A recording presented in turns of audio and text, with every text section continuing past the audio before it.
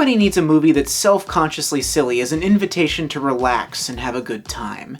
A movie that just feels good to watch, that's comfortable, well-worn, a hoodie movie, a sweatpants movie, the kind of movie that used to be a perennial cable favorite back in the day when cable existed for more than just reruns of House Hunters International and screeching right-wing talking heads. George of the Jungle is one of those beautiful idiot movies, the coziest of the cozy, and it's better than you remember. It's a profoundly and bafflingly undervalued film that sits in that weird spot between the land of pretty good and genuinely great. Though it was successful at the box office and garnered a direct-to-video sequel that's probably best left forgotten. Who the heck are you? Me new, George. Studio too cheap to pay Brendan Fraser. It feels like George of the Jungle has become more of a curio, a fun fact to throw out at parties, like, hey, did you know that Brendan Fraser's breakout role was him being cast as a Tarzan wannabe after Encino Man? So, as the Brendan-aissance finally materializes, #release Batgirl, let's take a look at the movie that made Hollywood's most lovable leading man a household name. George of the Jungle lives a life that's free. George of the Jungle was one of a basket full of retro throwback, postmodern adaptations of 60s and 70s shows that permeated American cinema culture in the mid to late 90s, joining the likes of The Addams Family, The Brady Bunch, Rocky and Bullwinkle, The Beverly Hillbillies, Lost in Space, The Avengers, no, not that one, Wild Wild West, and My Favorite Martian. Not to mention films like The Truman Show and Pleasantville, which capitalized off of that same early cable fascination with the endless reruns of this chipper, naive era of boomer TV. The film follows wealthy but sweet socialite Ursula as she treks through the Ugandan jungle with her stuffy fiancé Lyle and their local guides. While Ursula's there to explore and have a cultural experience, Lyle is there with some not-so-subtle poachers to try to track down the legendary white ape, who is said to rule the jungle. Ursula and Lyle encounter said white ape, who turns out to be George of the Jungle, a powerful but sensitively dopey wild man who whisks Ursula away to his adorable treehouse after fending off a lion. While Lyle tries to track down Ursula, but more importantly, the white ape, George introduces Ursula to all of the wonders of the jungle, and the two instantaneously fall in love. Upon finding the two, Lyle accidentally shoots George, winds up in a Ugandan prison, and Ursula brings George back to San Francisco, where George has to adjust to life in the urban jungle, while also dealing with Ursula's disapproving high society mother. All of this culminates in a return to the jungle for the big climactic finale, as the poachers kidnap the talking ape named Ape, George's brother, confidant, and quasi-father figure. George rescues Ape and Ursula, defeats Lyle and the poachers, and the two get married and settle down in the jungle. The through line is simple, shaggy, and mostly there to facilitate one of the rare romantic comedies that manages to get both parts of the rom-com equation right. The rom? Romantic as heck. It's a swooning, adorable, and shockingly believable romance between two actors with instant, boundless chemistry. It's charming, heartwarming, and effective. There's a breeziness to their chemistry that's never more evident than in the dance scene, which features one of the all-time great romantic needle drops. Seriously, in George of the Jungle. De La, by South African band Johnny Clegg and Savuka, is a lush, sincere love song that meshes perfectly with the goofy, reckless abandon with which George and Ursula fall in love. Combined with the silliness of the people in ape costumes playing drums and Brendan Fraser's total lack of self-consciousness, it's about as close to perfect as any film has come to showing the freedom that comes from the decision to let your defenses down and be yourself around someone. Go listen to some Savuka, it'll improve your day. What about the calm in this rom-com, you ask? It's a spirited, rapid-fire grab bag of 90s reflexivity, 60s naivete, bad one-liners, Muppet tier puns, slapstick and scatological humor, all filtered through Brendan Fraser's supernova-level charisma. And while Brendan is a force in this movie, its best delivery method for comedy is, surprisingly, the narration. Narration is often a lazy way out of a narrative problem. Maybe not inherently, but in the wrong hands it can be a particularly frustrating crutch. Here, though, the narration is integral in a Pratchett meets 30s adventure serial sort of way. The fourth wall simply does not exist in this film, and it's all the better for it. Hey, why don't you say something constructive for a change? Like what we should do now? Because I don't like you. Oh, I hate you, you snotty son of I'll a... pretend I didn't hear that. Having some fun now. Thor, were you fighting with the narrator? Well, he started it. Did not? George of the Jungle also has the good sense to add to its own variety by essentially giving us two movies in one. We have the jungle segment, which allows us to establish the fun and colorful world of George and his animal friends, with Ursula as our fish out of water.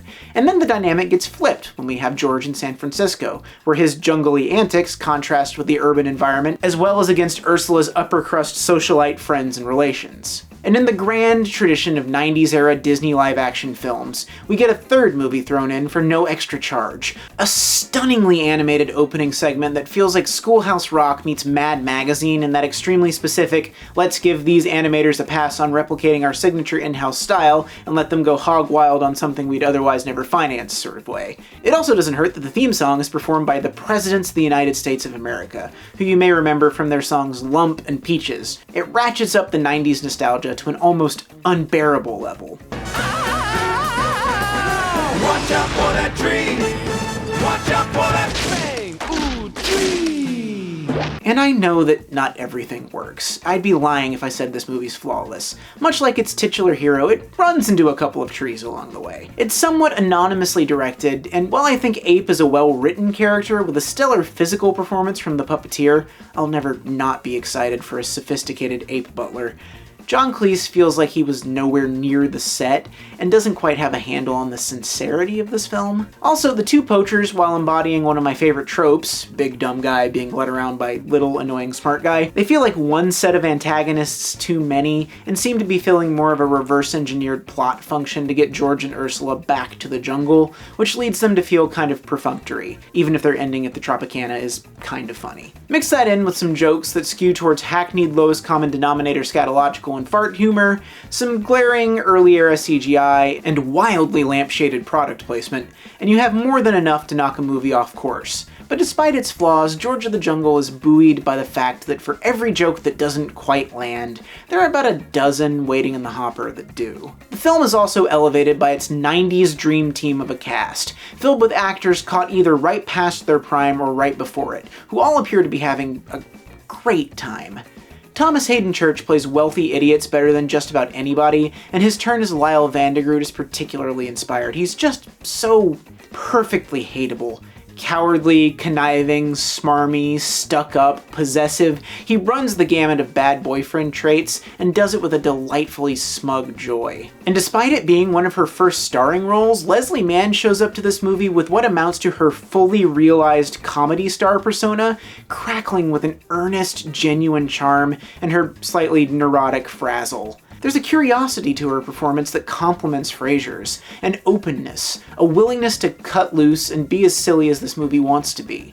And the supporting cast is uniformly on board with that silliness, from the African guides led by Shaft himself, who honestly get some of the best moments in the movie. Bad guy falls in poop. Classic element of physical comedy. Now comes the part where we throw our heads back and laugh. Ready? Ready!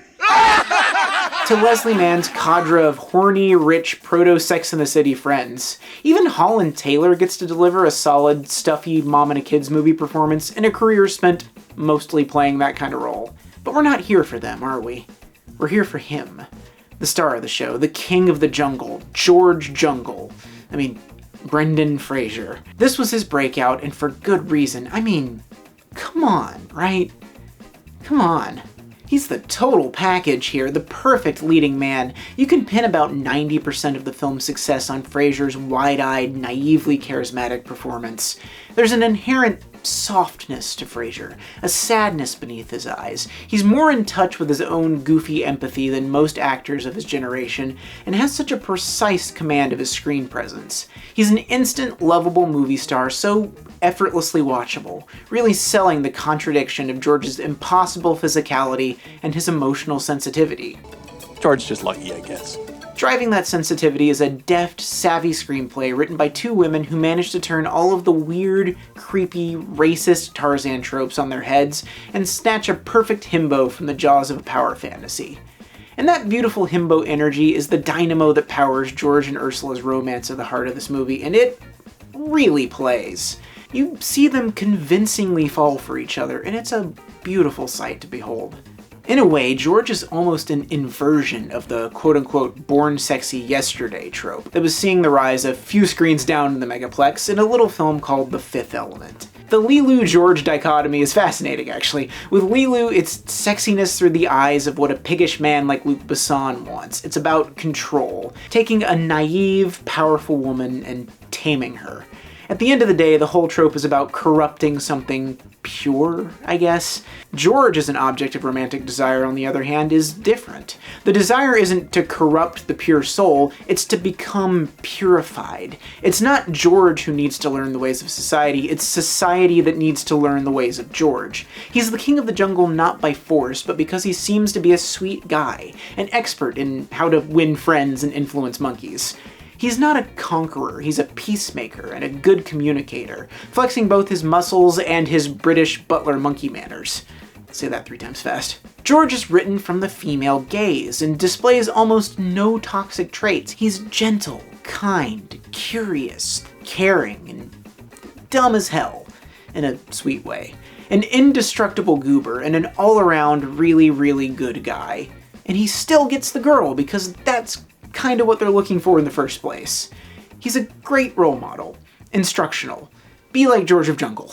George, good teacher. So here, more than 25 years later, what can we learn from George of the Jungle? For one, let more women write romantic comedies that aren't specifically aimed at white women in their 40s and 50s. That being said, in this film climate, you can go ahead and let them do that too. Rom-coms are an endangered species and we need to preserve them. Secondly, if you're going to mine old intellectual property for that sweet, sweet content nectar, treat the source material like an opportunity rather than scripture. George of the Jungle is in conversation with the past and looking toward the future, gleefully placing this simpler, naively optimistic fossil up against a cynical modern reality and playing around inside that juxtaposition.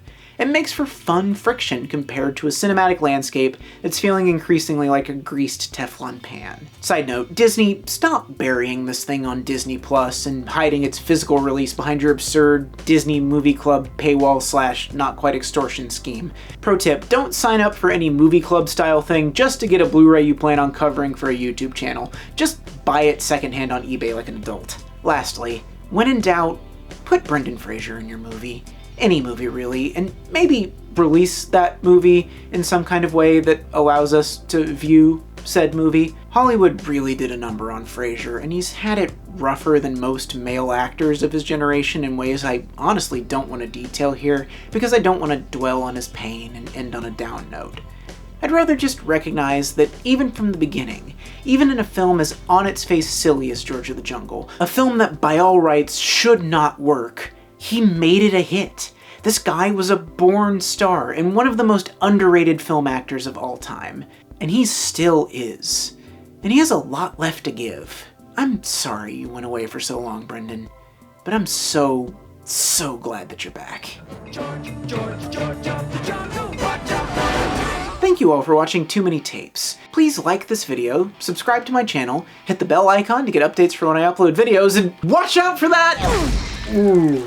Did you wear out your VHS copy of George of the Jungle as a kid like I did, or am I blinded by nostalgia here? Let me know in the comments. Also, there's a Too Many Tapes t-shirt now with the logo on it if that's your sort of thing. Link in the description. If you want to help out a small YouTube channel, consider donating $1 or more a month to my Patreon.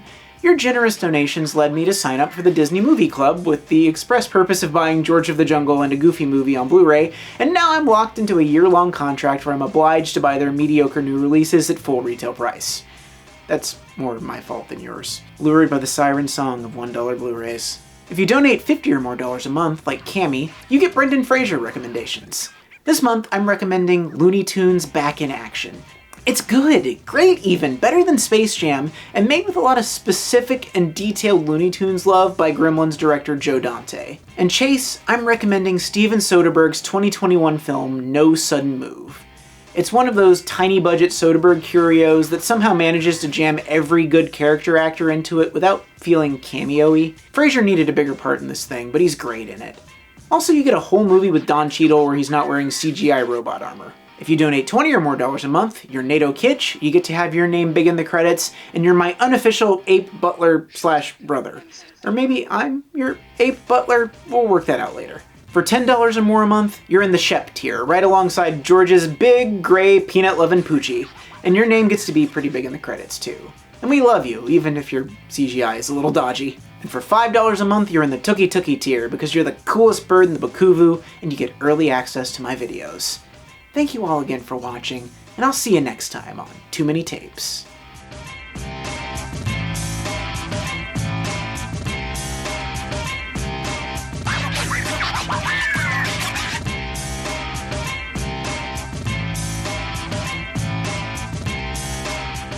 They reacted with awe.